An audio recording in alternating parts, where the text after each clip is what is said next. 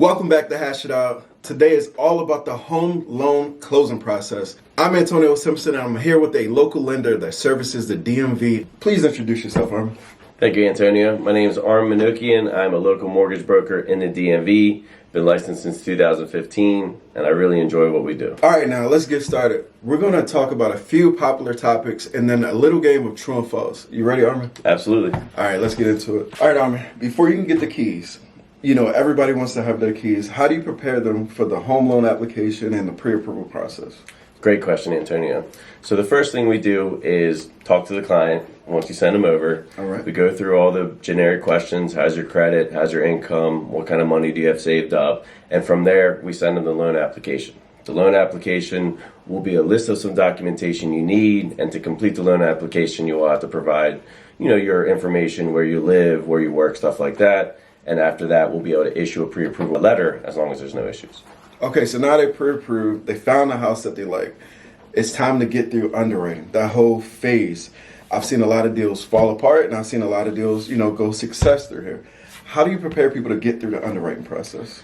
So the biggest thing I say is once you're pre-approved, don't change anything unless you absolutely have to.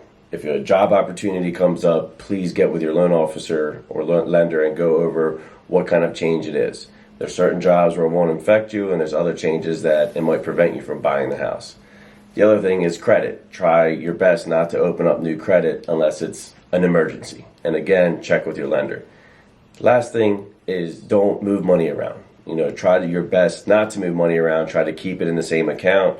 And if you absolutely have to move money around, let your lender know because everything ends up being sourced. So we're talking if I run like a credit card up or get a new car or something like that, Yep. that could affect it. Exactly. Or even a personal loan. Sometimes these payday loans, stuff like that you want to avoid. So they should just check with you first. Exactly. Gotcha. Exactly. So the biggest thing that I'm hearing right now is these interest rates too high. I want to wait to buy. I want those 2020 rates again. What would you tell someone who's like, what's their refinance options? How would you explain that to them as far as their refinance options? Well, in my experience, the market goes through cycles. It means rates go up, rates come down. Rates go up, rates come down. And at the end of the day, if the rates do end up coming down, home values are going to increase. So if you need to get into a house, it's always a good time now versus renting, in my professional opinion. Now, at the same time, it's always a good question to ask about refinancing. However, right now, you have to be 100% comfortable with that payment. Best case scenario, down the road, you can refinance and save money, but you don't want to basically guarantee a refinance and then end up being stuck in that payment. So I always tell people, hope for a refinance, but always make sure you're fully prepared for your current payment. So talking about the under contract process, can you please speak to how important it is to get the documents in on time? If the underwriter or the processor says, I need a pay stub or bank statement, can you speak to that a little Absolutely, bit? absolutely. Great question. So I've been doing this for close to 10 years now, and I've learned early on in my career, you have to set the right expectations for the client, for the borrower, for you. One of the things that we like to do is when we start the pre-approval process, we send you a whole list of documents. We try to get as much of that as possible. So that way, once we submit your loan to underwriting, we have pretty much a complete paper. And after that, the underwriter will come back and say, hey, we're only missing XYZ. Like Antonio mentioned, that could be an updated pay stub, bank statement, something on your credit to explain. And we put on the email, please get this to us in 48 hours. Now, it's not a hard deadline, so if you take 49 or a couple of days extra, that's fine. But this helps the process to flow along. If your loan officer or lender asks you for a document and you take 2 weeks to send it, and then you're questioning why we're getting close to the closing table and we don't have the clear to close, we don't have docs out yet, everything affects the next thing in the home buying process. All right, it's time for true or false. We're finally at that part of the episode. I'm very excited about this. These are some hot topics that we hear a lot in our industry. True or false? If I don't use all the money for my pre-approved amount, I get to keep that money. False. Your pre-approval amount is based off of how much you are pre-approved for. So if you buy a house that's $100,000 less, your purchase is based off the purchase price, not on your pre-approval amount. True or false? If I change my mind after settlement, I get to get a refund for this house I just purchased. False.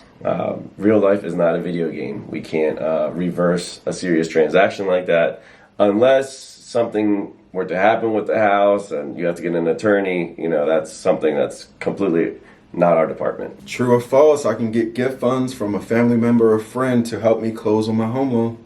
True. Depending on the loan program or loan type, that's something that you'll have to get with your loan officer. For certain loan types, it doesn't need to be sourced, and on other loan types, it needs to be sourced. If I have a fixed rate mortgage, my rate never changes. Correct. True. Your rate never changes. However, I get asked the same question and says, hey, Armen, why did my payment change though? So your principal and interest will not change. However, your taxes and homeowners insurance can change over time. So that's something the mortgage company can't control. Homeowners insurance, you may see it increase a little bit over time, as well as property taxes. But there is something called a homestead tax credit that if you can qualify for it, you can prevent your taxes from going up a certain amount each year. Is that also why the overage in the escrow every year sometimes? Yes, exactly. That's why they basically always have a slight cushion just in case it does increase. That way you don't have a huge payment shock. True or false, paying all cash for a home is not always the best option? I'm going to have to go down the middle on that one. True and false, depending on the person. If you're retired, not working on fixed income, and you're not really worried about investing and you're just at that point of your life, cash makes more sense. True or false, interest rates are based upon a person's credit? Great question. True, for the most part. Now, certain loan products, depending on the down payment, that can also change the interest rate slightly. However, for the most part, interest rates are depending on credit. So can you tell the people where they can find you at? You can find me on my social media handles, Armen the Lender, and my number is 443-306-8746. Armen, I want to thank you for your time, man. This was awesome. I hope that people get a lot of information and impact from this video. I know I did, so really thank you a lot for taking your time. Absolutely. Thank you.